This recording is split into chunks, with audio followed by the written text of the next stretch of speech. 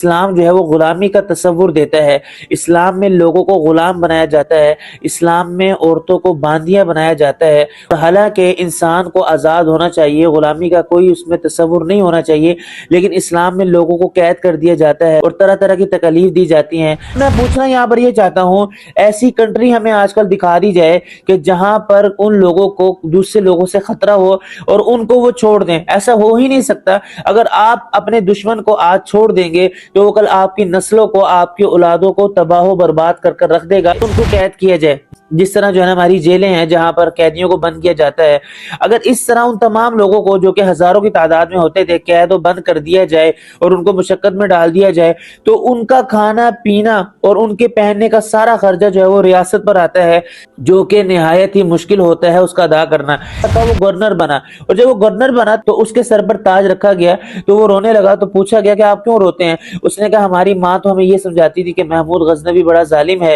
اور یہ بہت ظلم کرتے ہیں مسلمان، لیکن انہوں نے مجھے تعلیم دی اور میری تربیت کا خیال رکھا، آج جس کی وجہ سے میں آپ کے سامنے اس عہدے پر فائز ہوا ہوں۔ ہمارے ہاں ہمارے ذہن میں غلامی کا تصور ہے، وہ غلامی نہیں ہے اسلام میں کہ کسی کو اتنا تنگ کیا جائے، اتنا تنگ کیا جائے، اس کو مشکلات میں مبتلا کر دیا جائے کہ وہ اپنی زندگی سے تنگ ہو کر خودکشی کر لے۔ اسلام میں یہ غلامی نہیں تھی، بلکہ اسلام میں یہ غلامی تھی کہ اس کی تربیت ہو جائے۔ اور السلام علیکم ورحمۃ اللہ وبرکاتہ، امید ہے کہ آپ سب خیر و عافیت سے ہوں گے۔ ایک دفعہ پھر آپ کا دوست، آپ کا بھائی محمد موسیٰ حاضر ہے اور ایک بہت بہترین ٹاپک لے کر حاضر ہوا ہے۔ آج کی جو ہماری گفتگو ہے اس کا تعلق ایک ایسے سوال اور ایک ایسے اعتراض کے ساتھ ہے جو کہ اکثر غیر مسلموں کی طرف سے، جو کہ اکثر ہمارے لبرل اور سیکولرزم طبقے کی طرف سے اسلام پر کیا جاتا ہے، اور ہمارے چند مسلمان جو کہ اپنی ناوافقیت کی وجہ سے اس اعتراض کو تسلیم کر لیتے ہیں اور اسلام کی خلاف ان باتوں میں آ جاتے ہیں۔ تو اس اعتراض کو ہم آپ کے سامنے رکھیں گے، اور اعتراض ایسا ہے کہ جس کو اگر آپ مکمل طور پر سن لیں گے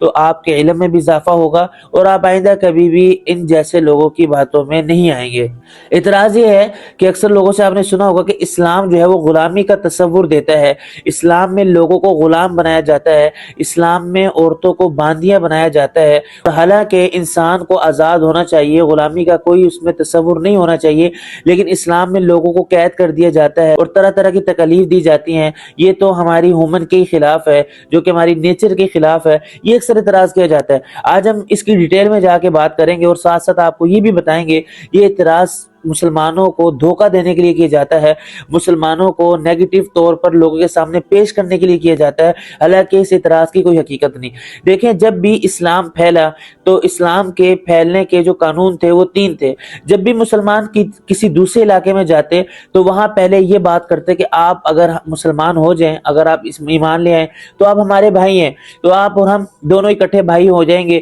تو ہماری آپس میں کوئی جنگ اور کوئی قتال نہیں ہوگا۔ نمبر 2 پر مسلمان یہ کہتے تھے اچھا اگر آپ نے اسلام نہیں لانا تو آپ جزیہ ہمیں دیں، آپ ٹیکس دے کر ہمیں رہیں، ہم آپ کی جان کے اور آپ کے مال کے محافظ ہیں، لہٰذا ہمارے درمیان کوئی جنگ نہیں ہوگی۔ تیسرے نمبر پر آپشن جو آتا ہے وہ ان شریر لوگوں کے خلاف ہوتا تھا جو کہ اسلام کو، مسلمانوں کو نقصان پہنچانے کی غرض سے کہتے تھے ہم آپ سے جنگ کریں گے۔ جب وہ لوگ جنگ کرتے تھے تو مسلمان ان سے بھی جنگ کرتے تھے اور مسلمان ان کو قید کرتے تھے۔ جب وہ مسلمانوں کے سامنے پیش ہوتے تھے، اب مسلمانوں کے سامنے 2 صورتیں ہوتی تھی، یا تو ان کو قتل کر دیا جائے کیونکہ یہ ایسے شریر لوگ ہیں، اگر ان کو ابھی رہا کر دیا گیا تو یہ مسلمانوں کے خلاف، اسلام کے خلاف پھر کوئی اور سازش کریں گے جس سے آنے والے وقت میں مسلمانوں کو نقصان ہوگا۔ اگر ایسے قیدی ہوتے تو ان کے بارے میں ان کو قتل کرنے کا فیصلہ کر دیا جاتا تھا۔ اور نمبر 2 پر جو ایسے قیدی ہوتے جو کہ معتدل پسند تھے، جو کہ اعتدال والے تھے، جن کے اندر ایسی کوئی شرارت نہیں پائی جاتی تھی، تو ان کو غلام بنایا جاتا تھا۔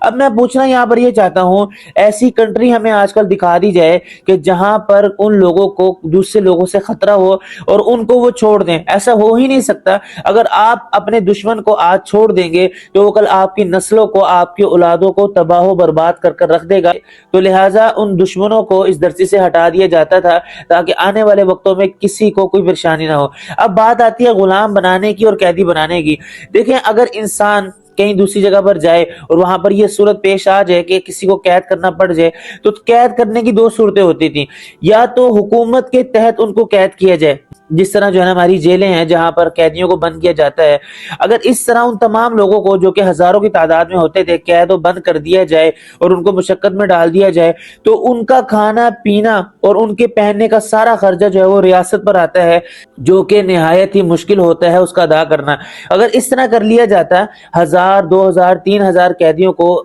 ریاست کے حوالے کر دیا جاتا ہے، تو ریاست کے اور اتنے اخراجات ہیں وہی بڑی مشکل سے پورے ہوتے تھے، تو یہ والے اخراجات ڈال کر یہ ریاست پر بوجھ بن جاتے تھے۔ تو اس کے بعد ایک اور صورت آتی تھی، ان قیدیوں کو مسلمانوں کے درمیان تقسیم کر دیا جائے، یعنی کہ کسی قیدی کو کسی مسلمان کے حوالے کر دیا جائے، اس مسلمان کو سمجھایا جاتا تھا کہ اس کے نان نفقے کا خیال رکھا جائے، اور یہ بات بھی ملتی ہے کہ ایک قیدی کی 70 خطاؤں کو، یعنی کہ ایک غلام کی 70 خطاؤں کو دن میں معاف کیا جائے، یعنی کہ ان کے ساتھ حسن و سلوک کیا جائے۔ جب یہ والی صورت اختیار کی جاتی تھی کہ جب اتنے قیدی آتے اور ہر قیدی کو کسی مسلمان کے حوالے کر دیا جاتا، تو ریاست کا بوجھ بھی ہلکا ہوتا اور ان کے نان نفقے کا جو مسئلہ تھا وہ بھی حل ہو جاتا اور ان کی جو تربیت تھی وہ بھی ہوتی۔ ایک واقعہ میں آپ کے سامنے عرض کرتا ہوں، محمود غزنوی رحمہ اللہ، جن کے بارے میں آج کل بہت بڑا پروپیگنڈا کیا جاتا ہے کہ بہت ظالم تھے، ان کے بارے میں ایک واقعہ ملتا ہے کہ جب یہ ہندوستان میں آئے تو پھر جنگ کی صورت پیش آئی، تو پھر ہوا یہ کہ ان کے ساتھ انہوں نے ایک قیدی اپنے ساتھ رکھا جو کہ نہایت ہی ہوشیار تھا، اس کی تعلیم تربیت اس کے اخلاق کو سنوارنے کی ذمہ داری محمود غزنوی رحمہ اللہ نے لی۔ ایک وقت آیا کہ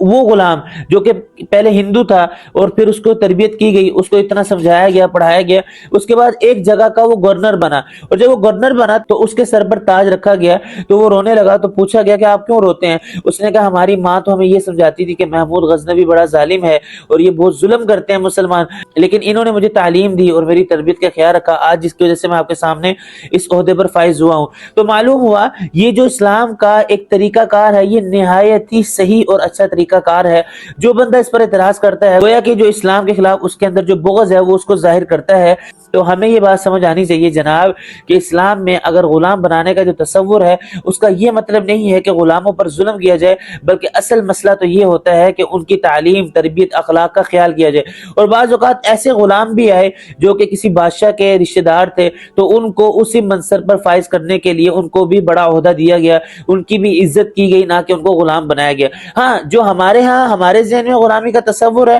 وہ غلامی نہیں ہے اسلام میں، کہ کسی کو اتنا تنگ کیا جائے اس کو مشکلات میں مبتلا کر دیا جائے کہ وہ اپنی زندگی سے تنگ ہو کر خودکشی کر لے۔ اسلام میں یہ غلامی نہیں تھی، بلکہ اسلام میں یہ غلامی تھی کہ اس کی تربیت ہو جائے اور وہ ہمارے اسلام میں داخل ہو جائے ہمارے حسن سلوک کو دیکھ کر۔ اور بہت سے قیدی ہمارے اسلام میں داخل اسی وجہ سے ہوئے کہ جب وہ مسلمانوں میں رہے، مسلمانوں کے معاشرے کو دیکھا تو وہ مسلمان ہو گئے۔ تو اس وجہ سے غلام بنایا جاتا تھا تاکہ اس میں حسن سلوک ہو جائے اور ان کے ساتھ تھوڑی سی جو ہے نا ہمدردی کا معاملہ ہو جائے، نہ کہ اس لیے کہ ان سے کام کرایا جائے، ان کو جو ہے نا ان پر ظلم کیا جائے۔ تو آپ کو یہ بات سمجھ آگئی ہوگی کہ غلامی کا تصور اسلام میں کیا ہے اور دوسرے لوگوں کے ہاں غلامی کا تصور کیا ہے۔ امید کرتا ہوں بات سمجھ آئی ہوگی۔ ملتے ہیں نیکسٹ ویڈیو میں، اگلی ویڈیو تک کے لیے اجازت دیجیے گا اور دعا میں یاد رکھیے گا۔ اللہ حافظ۔